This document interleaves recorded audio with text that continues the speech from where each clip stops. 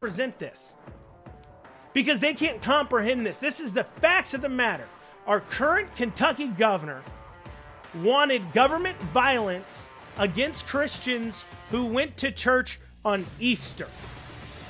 You can dress it up however you want to do it. You can try to tie little bows on it. But that is what the courts found. That is what he did. He is wrong to have done it. You can't get over that. You can pretend it didn't happen, but that's what happened. And if you want to endorse that, that makes you just as a horrible of a person as he is. And welcome everybody to another amazing episode of the Andrew Cooperrider Show. Of course, I'm your host, Andrew Cooperrider. I thank you all for joining me so much today. We've got some stories to cover. First, we're going to cover the Vid Memorial. As you all know, I don't know what the rules are on the Facebooks and other social medias as far as downplaying videos that say some words that aren't allowed, so we're going to call it the Vid. But the Vid Memorial, the Panty Memorial, unveiled. We're going to take a look at that and talk about the collectivism mindset, what Beshear's really trying to unroll with this campaign. And with that too, we're going to talk about Beshear's already been running ads. We showed you that ad. He's also been running some attack ads on Cameron already, or, you know, pack has been, whatever you want to call it, but has already been rolling out some attack ads. So we're going to take a look at that. Kelly Craft releases a stay tuned video indicating there may be a political future for her, that she believes she has something maybe in the works in the future. We'll talk about what that may be, and you know, may take a closer look at her candidacy, her election during the governor's race as well. And then finally, we'll end with our weekly segment of what did I do to upset the left this week. And let me tell you, this one's a doozy. Cold hard truth hit some leftists in Kentucky in the face, and they can't handle it. So thank you all so much for joining us once again. Please like, comment, share, subscribe. You can follow me on Twitter if you want to get into it with some of these lefties on these posts. It's at KY Cooperrider on Twitter, at KYCOOPERRIDER, KY Cooperrider. Obviously, if you're watching on YouTube, subscribe. If you're listening to this or watching as a replay on Facebook or YouTube, you can catch the audio-only version on any major podcasting platform. Without further ado, let's dig into the stories of this week. So for our first story, we have this. The Vid Memorial has been unveiled. For those listening to the audio-only version, I'll describe it to you. For those on video, we're throwing up a picture, obviously, for you to see. But basically, what you have is a shiny ball sitting on top of a altar of some sort, a tall pillar. In that tall pillar, some people are carved into it. And then around the outside, you have some kind of featureless people holding these globes. And from the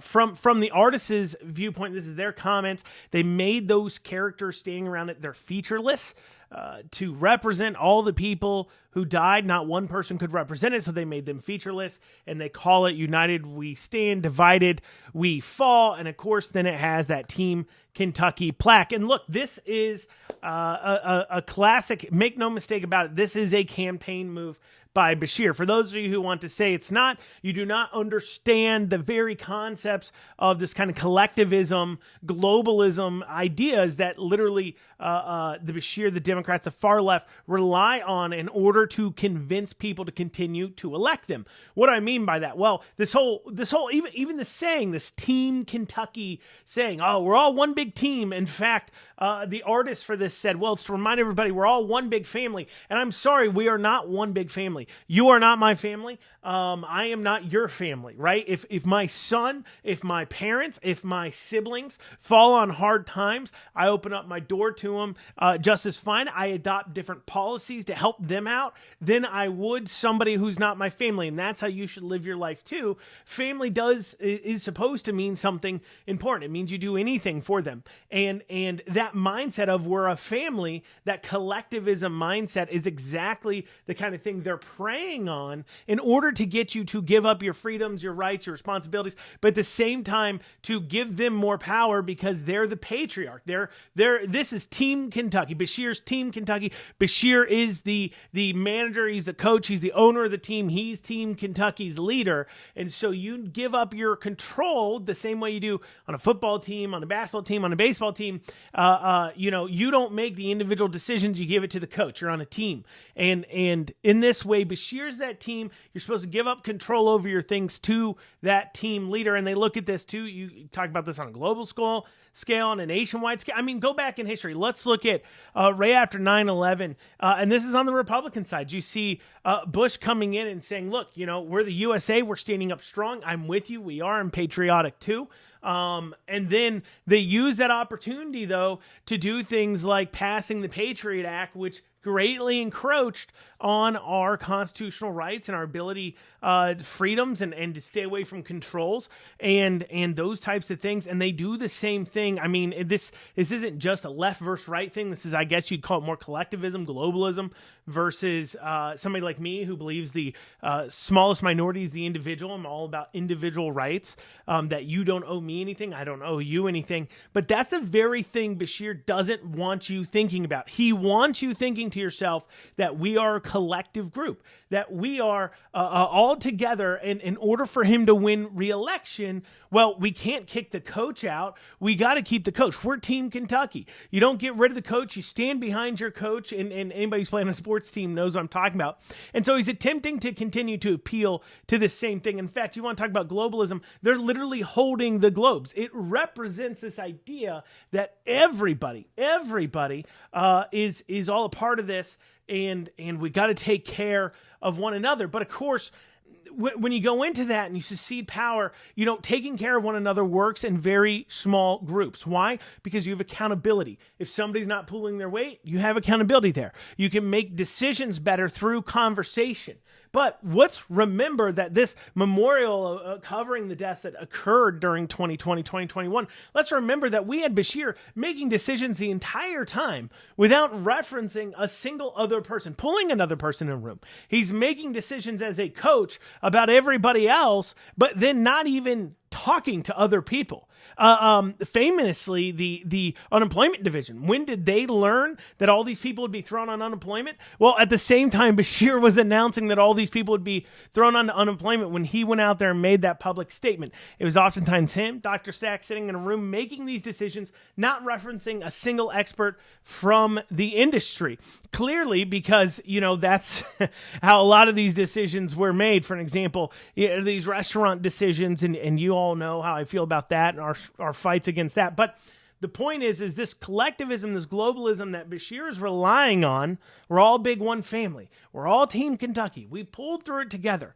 That is what he's going to prey upon to get to re-election. And make no mistake, that is what this altar to collectivism, that's what I'm calling it, is about. This statue celebrating collectivism, that's what it's about. Because, and of course, if you're going to push forward this idea that you need to give us one or two people, or give the group of elites, the patriarch, the coach, all the power in order to solve everybody's problems, well, then in something like a pandemic is the timing to do that. And that's what we saw. We saw them taking advantage of that situation. We talked about that immensely, of course, on the podcast priorly. The point is that unveiling this statue this way, once again, we'll show it to you here, is quite a question. But the other thing here to talk about when it comes to this statue, to this memorial, is, well, how do we pay for that? It's paid for by one of Beshear's infamous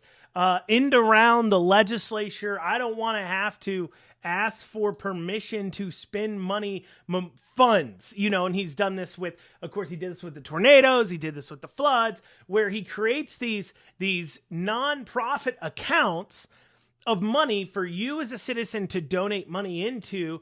Remember, in government, the legislature is supposed to be the appropriator. So what he's created is these loophole systems where you donate money to it. As a citizen, he convinces you to do it in the case of these emergencies, and then you throw in the money, and then he has sole control over how it gets doled out, how it gets spent, what's the choices made, because the legislature did not appropriate those funds. What was the net result of that? Well, as we saw with the tornado account, over 200 people called in to the government to say, look, I received a check. So to rewind for a second, they had this fund that people donate money into, including other countries, to Western Kentucky Relief Fund that was ran by the governor, which makes no sense. These are nonprofits. Now, these are tax deductible donations too, by the way, keep that in mind. But anyway, so these nonprofits, they're nonprofit accounts ran by the government, but instead of just donating money to the nonprofits that already exist, that are already on the ground, instead he decided that he needed to be the savior. And so if he just directed you to give money to something like the Appalachian Relief Fund or the Christian Appalachian Projects or what have you that do a lot of this flood relief, have done it in the past for Kentucky, if you gave money to them, well, that doesn't give an opportunity for Beshear to throw his name on it. I mean, we see what he does. He travels around the state doing these check giving out ceremonies when he's handing out our tax dollars back to us, and it's got to have his name on it, Team Kentucky, his signature on it, and like it's his money, like you won the lottery because you're getting back your tax dollars. That is how Beshear operates. So, of course, he's not going to direct people to give money to a nonprofit that he can't get to have control over, because then he doesn't get to stand there and say, look what I did for you. Once again, I'm taking care of you. I'm the patriarch of Team Kentucky. I'm the patriarch of Kentucky, which is, after all, just one big family. And as a patriarch, I'm taking care of you. Look at this money I raised for you. Look at these checks I'm writing to your community. That is how he operates. So he can't do this through normal appropriations. He's going to, of course, have a donation sent in that he has control over. And as I mentioned with these funds priorly, he had 200 people receiving $1,000 checks out of the tornado fund that did not have any tornado damage. That's $200,000 of money sent out that people are like, I didn't have any damage. I don't know how you got this list. Well, he's got this other fund that he put together for the COVID-19 memorial, and that's what put up this here constructed this here memorial with the little Team Kentucky logo and everything else. Literally a campaign, in a way, a campaign stunt funded through nonprofit donations in order to build an altar to collectivism and to this idea that you have got to, this globalism idea that you have got to vote for your coach, your fatherly patriarchal figure, he's just trying to take care of you. He wants to take care of all your needs. That's who he is. He really, really cares about you. And I'm going to say something a little controversial. You ready? I don't want a government who cares about me like that. I want a government who does their job. I don't need you involved in charity. I don't need you to try to take care of me. I don't want it. I want you to make sure people follow the law, and I want you to, on the local level, to come together in order to do things that we all kind of come together on, such as roads, sewers, those kinds of things, bridges, infrastructure, those things that as a community we kind of had to come together to do, because one individual building it could and then toll it out. There's other options, I hear you, but that's probably the easiest way to do it. But that's a different debate. The point is I want you making sure everybody follows the law and is treated equally under the law, so that way I have the ability to conduct business without worrying about getting robbed from, stole from, those kinds of things. That's what I want. I don't need you taking care of me. But of course, Beshear wants you to vote for him because he's the one who's taking care of you. That's why this was built. It was built as an altar to Andy Beshear being this patriarchal figure who just wants to hold you real tight and just take care of everything for you. All he asks in return is complete and utter loyalty, and for you to give up just a few of your basic rights, like the right to earn a living or go to church. Which I think that is a good lead-in Actually, I'm going to go a little bit out of order to my weekly segment, what I did to upset the left this week. And what I did this week was, well, I tweeted this here. Simply put, I said, do you hate Christians? No fear. Just vote Andy Beshear for Kentucky governor. He'll throw them in jail. And the responses received to this, of course, a lot of people on the right knew exactly what I was talking about and completely understood it. And of course, on the left, the responses were generally things like this. Well, first you had some people saying things like, hey, well, that's where Christians belong. Throw all the Christians in jail, betraying how they actually feel, that they do actually hate Christians. Why? Well, simply because Christians won't give you a sign off on your behaviors. They see, to understand this, the left really hates Christians. And they really hate Christians for a very basic and simple reason, because they will not celebrate their behavior. True Christians do not celebrate sinful behaviors. And sin is defined in the Bible. You can go to whatever New Age church you want to go to that will tell you, hey, everything's okay, you do whatever. But quite frankly, that is not what is defined. The Bible is very clearly defining what is sinful and what is not. But putting that to the side, do Christians, I disagree with maybe something you're doing. Do I want to throw you in jail for it? Well, are you harming other people? No. Are you harming people under the age of 18? No. If your answer is no to those two things, or are you the under 18 and you're making permanent life-altering decisions where you aren't at that stage of your life yet to be able to make those decisions, something we recognize in our society? No. And if you're outside of that, I don't care what you do. See, here's the difference. And I said this last week, I'll say it again. The left has no concept of this idea that I can disagree with you, I can disagree with your lifestyle, I can disagree with your personal decisions. That doesn't mean I want you thrown in jail for them. They cannot deal with it, however, the other way around. If you disagree with their lifestyle and decisions, they want you thrown in jail for it. If you won't use their pronouns, they want you thrown in jail for being a hate crime. Meanwhile, I don't care what you call yourself. You're not going to control my behavior. But if you want to prance around in whatever you want to prance around in, as long as it's not exposing yourself to minors, whatever, do you. But making me play along with it, that is you deciding you want to control how others think and what they believe in. That is what you're showing. But putting that to the side, so you had these people saying, oh, Christians belong in jail because, of course, they think we're awful. And then you had a whole lot of people stating that this was a lie, that Andy Beshear doesn't want to throw Christians in jail because they're very forgetful. See, or they're purposely playing very, very dumb. I want to remind you what was specifically said by Beshear. Take a look. This is from his press conference back in 2020. So we're having to take a new action that I hoped that we wouldn't. It's that any individual that's going to participate in a mass gathering of any type that we know about this weekend, we are going to record license plates and provide it to local health departments.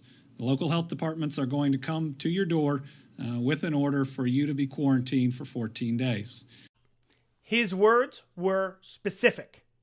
If you go to church, this was over Easter, so if you went to church on Easter in person, you are going to receive a notice saying you are to self-quarantine. He said this, your license will be wrote down, gave to your health department, then they would come and knock on your door and make sure you self-quarantine. They said the government would enforce a self-quarantine of 2 weeks if you went to church. That is what was stated in there. He said it.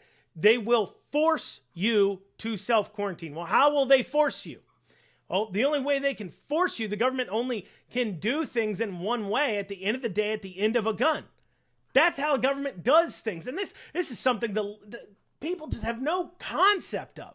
Every law, every rule, everything that the government does is enforced at the end of a barrel of a gun. All these anti-gun people, and trust me, I hear from them all the time. You can see the rack on the wall behind me. They're really upset by the fact that I've got a few of my hunting shotguns, my AR-15, my AR-10 behind me, because I had nowhere else in my office to hang it. My wife wouldn't allow the gun rack in the bedroom, and I ran out of room in my gun safe for the 5 firearms behind me.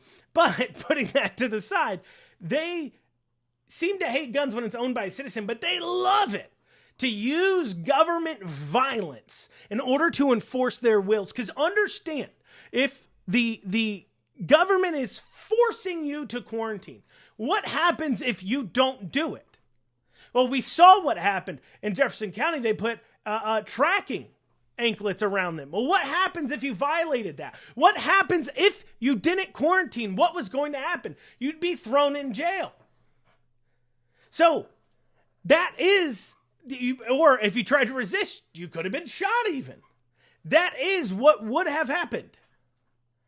But yet, there's no concept of this. They play dumb. No, he didn't want to arrest people. He just said you would be forced to be quarantined. The only reason it never got to a point where Christians were actually thrown in jail was because individuals stood up and sued Andy Beshear in federal court, and they ruled quickly against him that he was violating constitutional rights, that he couldn't shut down churches that way. That's the only reason why it didn't get that far, but he wanted to.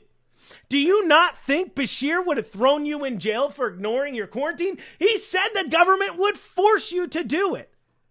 You can try to misrepresent what he said. You can try to say it's a lie all you want to, but you just heard it out of his own mouth.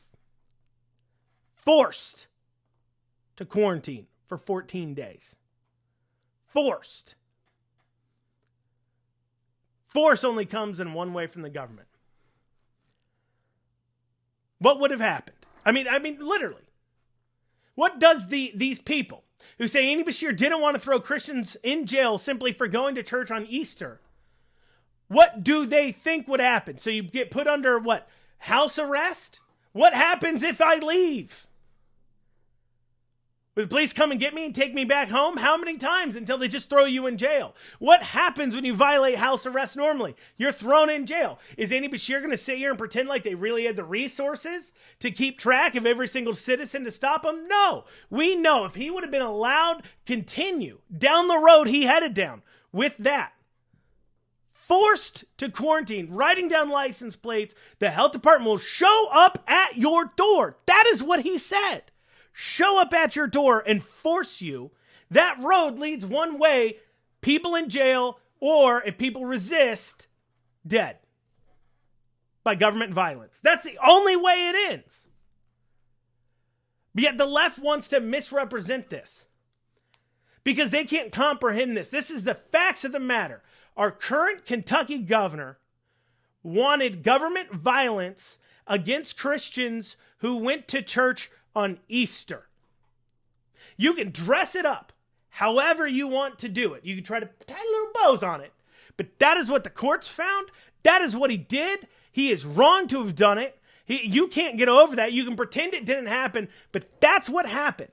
And if you want to endorse that, that makes you just as a horrible of a person as he is. And as I covered in my first segment, he tries this whole fatherly thing. Fathers don't force you under house arrest for going to church. Dictators do. Tyrants do. People who get off on the power. That's who does that. And if you're the kind of person that cheers it on, it makes you just as much as an awful person as he is. But of course, Beshear knows this. That's why he's already on the attack. The Democrat Governors Association, which is getting, of course, going to spend a lot of money to push forward Andy Beshear into this campaign, has released its first ad. And it's attacking Cameron, or at least it's trying to attach Cameron to Bevin and claiming he's soft on crime. Of course, that would be if you're in the Beshear camp and you're saying, look, we're going to have plenty of money. What attack lines do we want to use? What messages do we want to try to get out there? You're going to lead off with one. You're going to test the waters on one early on that you are going to try to do. And in this case, what Beshear is trying to do is he's trying to attach Daniel Cameron to Bevin. Why? Because Beshear beat Bevin. And so if he can recreate what happened 4 years ago, well, he thinks he stands a really, really good chance at re-election. However, there's concerns here. Frankly, Cameron isn't Bevin. And people know that. It's going to be harder than people think to link the two together. Bevin did a few things before the election. Now, let's keep in mind, Beshear only won by 5,000 votes against Bevin. The question becomes, has Beshear gained more people than Cameron will gain going into this election? Has he gained enough? What do I mean by that? Well, let's take a look at 2019 results real quick for the governor's race, and then let's look at the attorney general's race in the general. So, in the 2019 governor's election, Andy Beshear received right at 709,000 votes. 709,000 votes, okay? How many votes did Daniel Cameron get that same election year running for attorney general? 823,000. Daniel Cameron, running 4 years ago, same time as Andy Beshear, received over 100,000 more votes than Andy Beshear did. So why, what am I hitting at here? Is that Andy Beshear is trying to say, well, people didn't just vote for Andy Beshear. They didn't vote for Bevin. And he needs to try to do the same thing. He's got to ask himself a question. One, does 823,000 people turn out to vote for Daniel Cameron? Or more? Probably more because he's topped the ticket. Two, did I gain 120,000 more supporters over the last 4 years? Did 120,000 people that voted for Bevin, at least, decide that I did such a great job that they're actually going to vote for me instead of Daniel Cameron? I'd say that's a hard road to hoe if you're Andy Beshear, and this is why. Bevin had a lot of issues going into that.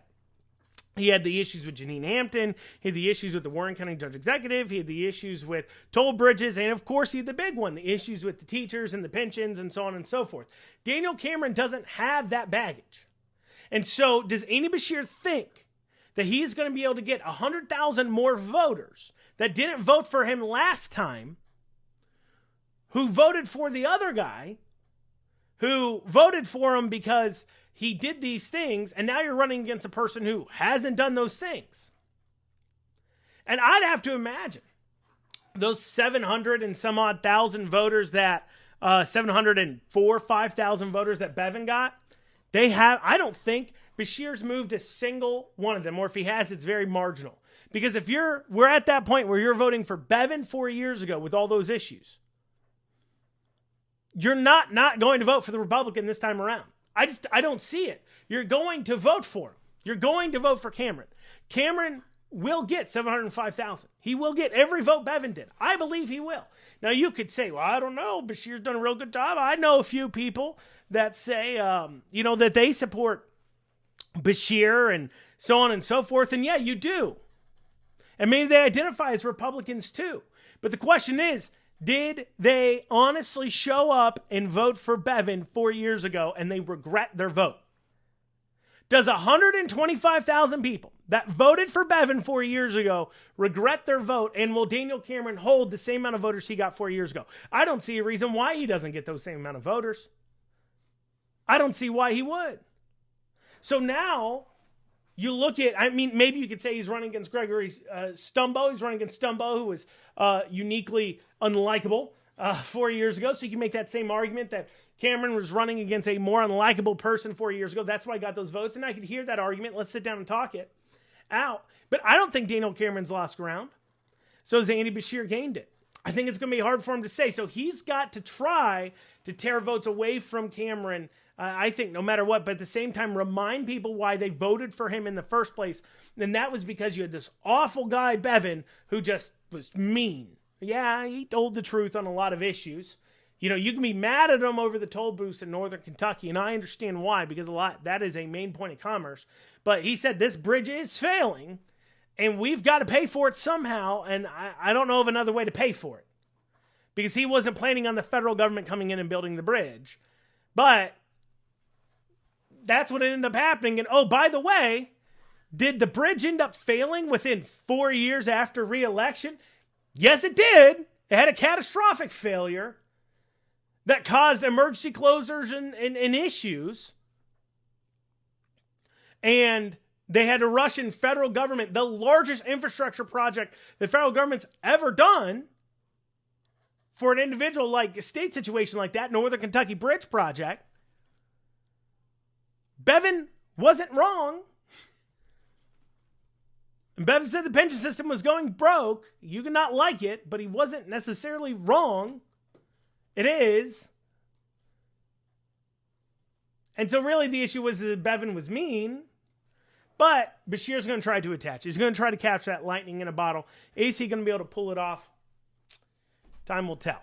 Time will tell. We'll see how this race develops. But enough about the governor's race, which has been most of this episode. Let's check out this video here from Kelly Craft. Let's take a look. I have 2 words to say before I say anything else tonight. They are thank you. It really means so much that you showed up day after day, made sacrifices, and supported us no matter what. And I've been humbled by the support. I know that our movement has had lasting impressions on Kentuckians across the Commonwealth. And the Kentuckians that I've met have made a lasting, forever impact on me. You have challenged me. You have given me your trust and confidence, and I will never take this for granted.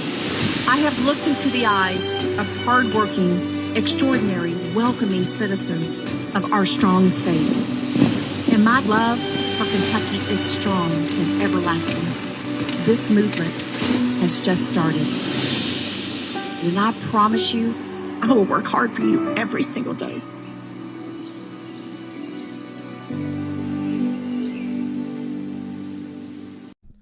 For those of you listening to the audio-only version of that didn't see at the end, at the end of that video, it said, stay tuned. Or the audio-only version, sorry, the podcast, you didn't see at the end of that, it said, stay tuned. So what is Kelly Craft thinking about doing here? She's looking at making a run for something at some point in the future. I think the answer is pretty obviously yes. But what will it be? I think the obvious choice here would be Senate in 2026. McConnell's current term is up in 2026. Will he run again? Well, there's a lot of speculation about what this governor's race means for that. If Beshear wins, McConnell, does he stay in? Does he doesn't? So a law was passed 2 years ago, I believe, about 2 years ago, that changed how a governor selects a replacement for a federal delegation. So it used to be that the governor just picked whoever they wanted to for the federal delegation. Well, 2 years ago, a law was passed saying that the party of the person who was in that office, in that position, if there's a death or they retire and they leave office, then the party picks 3 people. And then the governor decides from those 3 people who they want as senator. And so now the most McConnell-y thing in the world to do is to not allow your open seat to go up for actual open, free, fair, completely level playing field. In fact, we know this is not what establishment Republicans do. They hate open primaries, hate them with a ever-loving passion. Take a look at my state Senate race 2 years ago. What'd they do? Well, they redistricted me out of the race. They districted it out every opponent, their chosen senator in that race, Amanda Mays Bledsoe, who ended up being the senator. They redistricted out even the Democrat challenger. Every single person that had filed to run for that open 12th seat, they districted out other than their chosen person that they wanted. We see this with Alvarado. He runs for re-election, and then almost immediately after being re-elected, announces he's stepping down and he's retiring, or he's leaving. He's going to Tennessee to be the director of health. We see this with, even on the Democrat side, we saw this with the county clerk here in Fayette County. He steps down after winning re-election, and then they pick a replacement. They don't like open seat elections. They want there to be an incumbency effect no matter what. That's what they want. And so the most McConnelly thing to do in the world is for him to step down so he can handpick his replacement. But he's got to have a governor that's going to pick the person he wants. McConnell's the type where he has a person in mind. And he wants a governor that's going to select that person for him. Now, we know Beshear won't be it. But will Daniel Cameron be it? Well, that leads to a question. Now, Cameron was challenged a lot during the primary of McConnell's man, and he said he was not McConnell's man. But time will tell if after this election is cleared and Daniel Cameron is the winner, and then McConnell steps down and retires, we know that he feels confident Cameron will pick the person that he wants to take over, which means that Daniel Cameron was McConnell's man. We got it wrong. He tricked everybody, because if he wasn't McConnell's man, once again, McConnell wouldn't step down. He wouldn't want to leave it up to chance who ends up being his replacement, unless McConnell just has three people and he doesn't care which three it is. But that doesn't seem like McConnell to me. That being stated, so if McConnell doesn't step down, does he run for re-election in 2 years? Better yet, how open is McConnell to being challenged during a primary? Especially from somebody like Kraft, who has just as much money to spend in an election like that as McConnell would. Because that's how McConnell's kind of always, he's politically kind of crushed it. Now, would Kelly, now that puts the opportunities aside. I think Kelly Kraft could go head-to-head with McConnell, and I think she could win because a lot of people don't like McConnell. It's not like people would think it's either Kraft or McConnell. If it's a closed primary, I don't think other people are going to jump in where you get a lot of other selections like you had during the governor's race. So I think that offers opportunity for her to win. But would she be a good senator? Is she a good candidate? We just saw her spend millions of dollars, probably 12 to 15. We haven't seen the final numbers yet. Millions of dollars to run for governor. And facts of the matter is she did come in third place. But why is that? Can money buy elections? Well, money can to an extent, but also it comes down to messaging. And I'm going to say something here that I don't know if all of you will agree with, but I think Kraft with better messaging could have even won that governor's primary. And the reason why I'm saying that is because there's certain aspects. Now, the question is, does she believe the messaging, right? And what I mean by that is if Kraft had came out and said something similar to what we heard Trump say, which was, yeah, I'm a billionaire. Yeah, I've played the system. I've benefited from this system we currently have, and I've played the game. That's why you should elect me, because I've played it. It's wrong, and the fact that I have to deal with this is very. If Kraft came out and said it is all these donations, everything you're attacking me for, these donations, this having to get along with all these establishment people.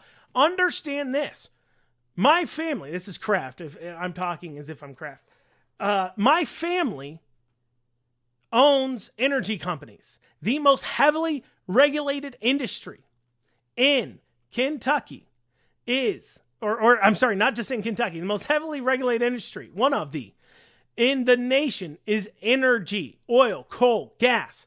And if we are not paying out these donations, these legal bribes to these political people. Our opponents are doing it instead, and they're going to crush us. The only ability we have to keep our business open is to pay out these legal bribes. It shouldn't be this way. It is wrong, and I'm the type of person who's going to come in and fix it because I understand the problem. I know who the players are, and I recognize it's wrong, and I'm the only person who can't be bought by other people because I don't need their support. That was Trump's message too, by the way. I understand the system. I know it's corrupt. I know it is because I've played in it. And oh, by the way, because I'm a billionaire, I can't be bought. I think that would have been great messaging. And if we see a Senate campaign built around that messaging, and if she means it, that could offer some opportunities. That could. And you could see a formidable campaign, even if that is an open seat primary. If that's what happens, I think it's clear to me. It appears to me that she's eyeing up that Senate race in 2 years. Whether or not she runs, if it's a McConnell replacement, she may still run.